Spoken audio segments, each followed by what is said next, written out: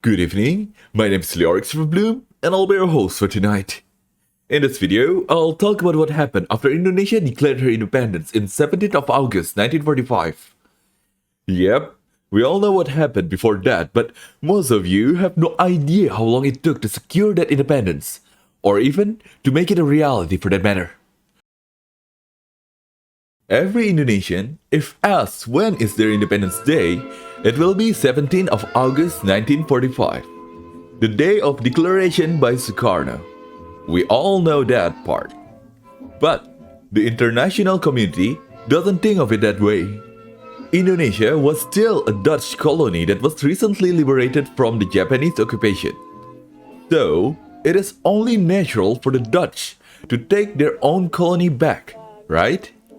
Well, their forces are suffering from the German occupation, so they asked the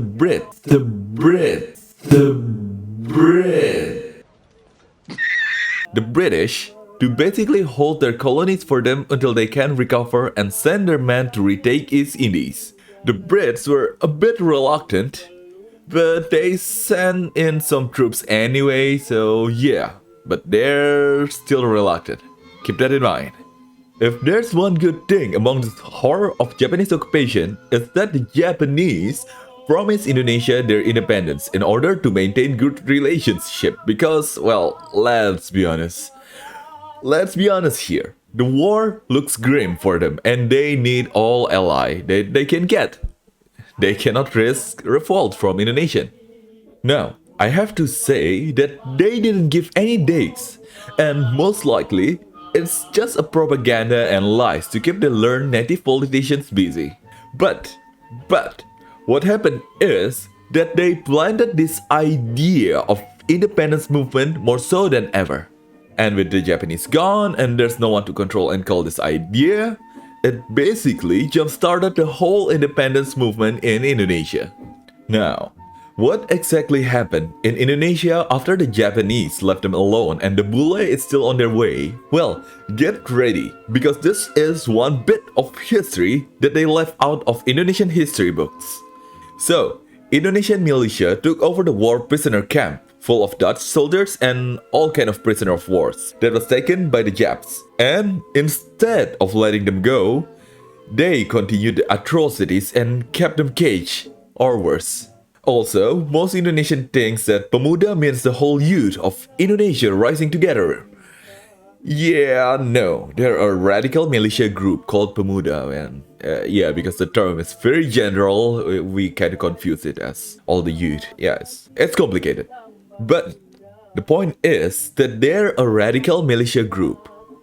They committed some atrocities on the colonial government, some mixed people called Indo, I guess, and also the Chinese communities. This over-nationalism is something that they absorb from the Japanese. They willingly absorb this concept of Japanese over-nationalism, and yeah, it's a very bad thing. It's not pretty. This is the outcome that Sukarno wants to avoid by trying to achieve independence via diplomacy. But we all know that he got kidnapped by Pemuda here and forced to declare the independence of Indonesia. This part is often downplayed in Indonesian history books, so please excuse me for wanting to highlight it. We must learn from our past mistakes in order to be better, as a person and as a country. When the British landed on Surabaya, they were met by heavy resistance from local militia.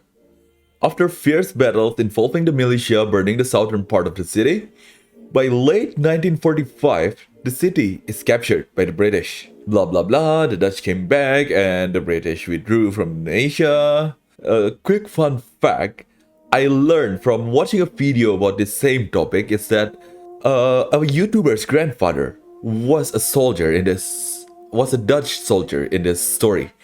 And they thought that they'll fight the Japanese. They'll come in to fight the Japanese and basically act as the liberator of Indonesia. Well, the situation changed and the soldiers are none the wiser.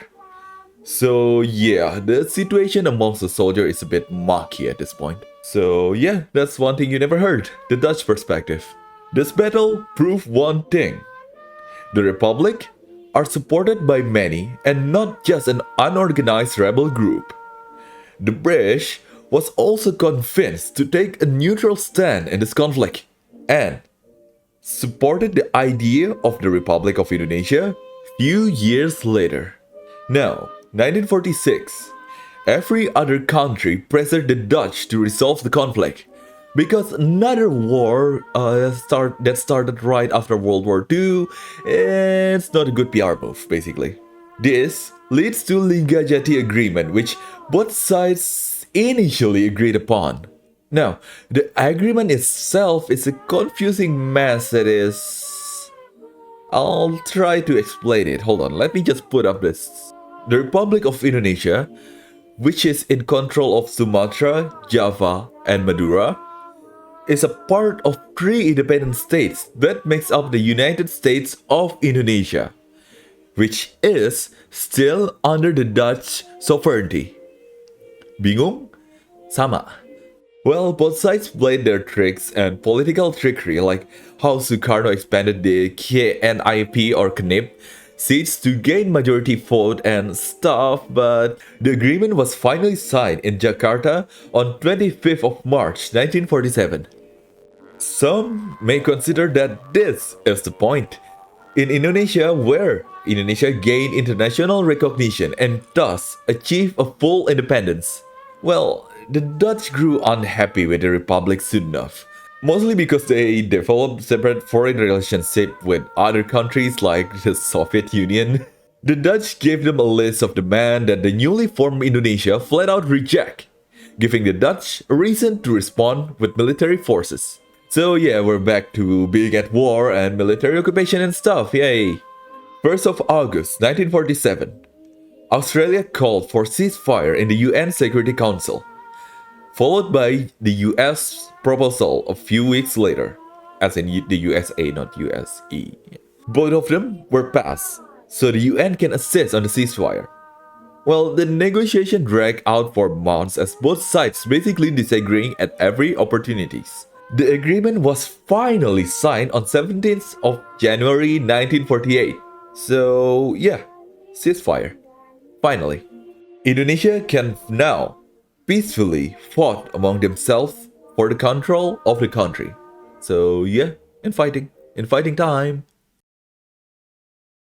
At this point, the Communist and Socialist Party of Indonesia is on the rise and supported by the labor movement as expected, and also the army. Vice President Hatta responded by launching his own reform, which included sending most of the armed forces back to work and helped to boost the production. This is a blatant political move to reduce internal threat from the military and weaken the leftists. Yeah, it doesn't work, it got worse as they demanded agrarian reforms and stuff like that, yeah. At this point in history, the Republican was trying to align itself with the Americans. So yeah, another infighting. They purged the army from the leftists, or as it is known in Indonesia, the PKI. Then Musso set up a base in Madiun and declared a Soviet state there. Probably. That's what Sukarno said anyway. I don't think they set up a Soviet state there. Most likely just an excuse, to crack down on early rebellion. So, in response, Musso declared a war and got killed in the toilet. Yep, that was quick. So, that was a very good PR and won them the support of the United States of America. It showed them that they have no love for communism and they are capable of quelling a rebellion on their own. So, when the Dutch came back, the US threatened to stop their financial aid. Now, since the Dutch was rebuilding their country and wants to use Indonesia to basically milk it for cash, well, it will be counterintuitive to lose the financial aid from the US. The Dutch withdrew from Indonesia, and finally, Indonesia gained her full independence on 17th of December 1949. Though if you ask any Indonesian, they will answer 17th of August 1945. the day of the declaration, and the start of their struggle. So yeah, at this point, I think it's a common knowledge that I am Indonesian. So I decided to let's go make some gift for Indonesia in the form of a video about her history. Also, coincidentally, I just realized that when I was writing the script for this video, it was how to say it in English, peringatan G30 SPKI. So yeah, I think I have to make a video about that too. So yeah, next time, okay? For now, I hope you enjoyed the video. If you want to join our Discord community, well, they're an awesome bunch, and yeah, you go join them. Join us.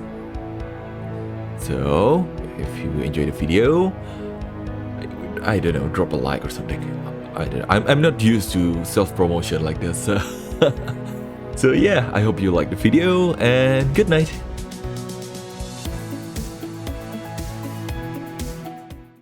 Is that the Japanese promised Indonesia their independence? Fuck.